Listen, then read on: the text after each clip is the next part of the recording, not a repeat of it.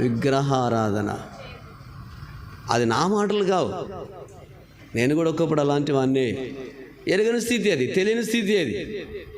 కానీ వాక్యం చేత వెలిగించబడిన తర్వాత, వాక్యం నా హృదయాన్ని, నా జీవితాన్ని, బ్రతుకును మార్చిన తర్వాత వాటికి దూరమైన, అది నీకు నాకు ఎంతైనా కూడా అవసరం. నేను అంటాను, మన చేతులెత్తి భూమి మీద దేనికి కూడా మనం ఏం చేయకూడదు. అది ఎక్కడన్నాడు మాట? నిర్గమకాండం 20 అధ్యాయము 1 వచనం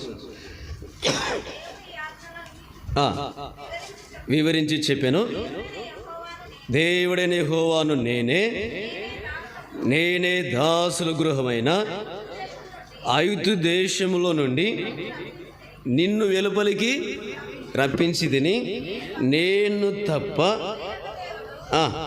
నీకు, ఎంత మంచి మాట అండి.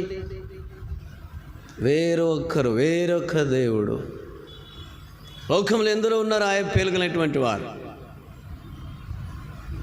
33 కోట్ల మంది భూమి మీద ఆయా పేర్లు పెట్టుకొని జీవించేవారు ఉన్నారు. ప్రభువు అన్నాడు, నేను తప్ప నీకు వేరొక దేవుడు.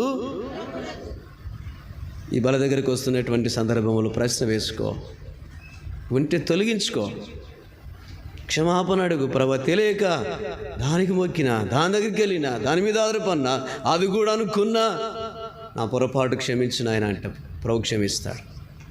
తెలియదు ప్రజలకి, చెప్పితుందన్న నేర్చుకుంటే మంచిది. చెప్పినప్పటికీ కూడా వినకుండా నువ్వు అదే విధానంలో వెళ్ళినావనుకో, ఒక దినాన్ని ఎక్కడికి వెళ్తావు?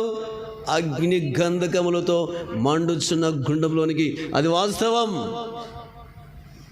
ఆ స్థలానికి వెళ్ళకూడదనే దేవుని ఉన్నతమైన ప్రేమ నీడల తను కనుపరుస్తున్నటువంటి సంగతి జ్ఞాపకం చేసుకో.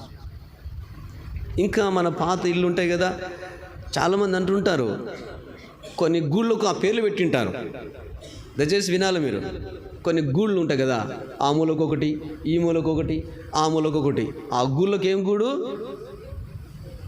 గూడు అంటే ఉంది అన్నమాట మీ ఇళ్ళల్లో కదా. ఇంకా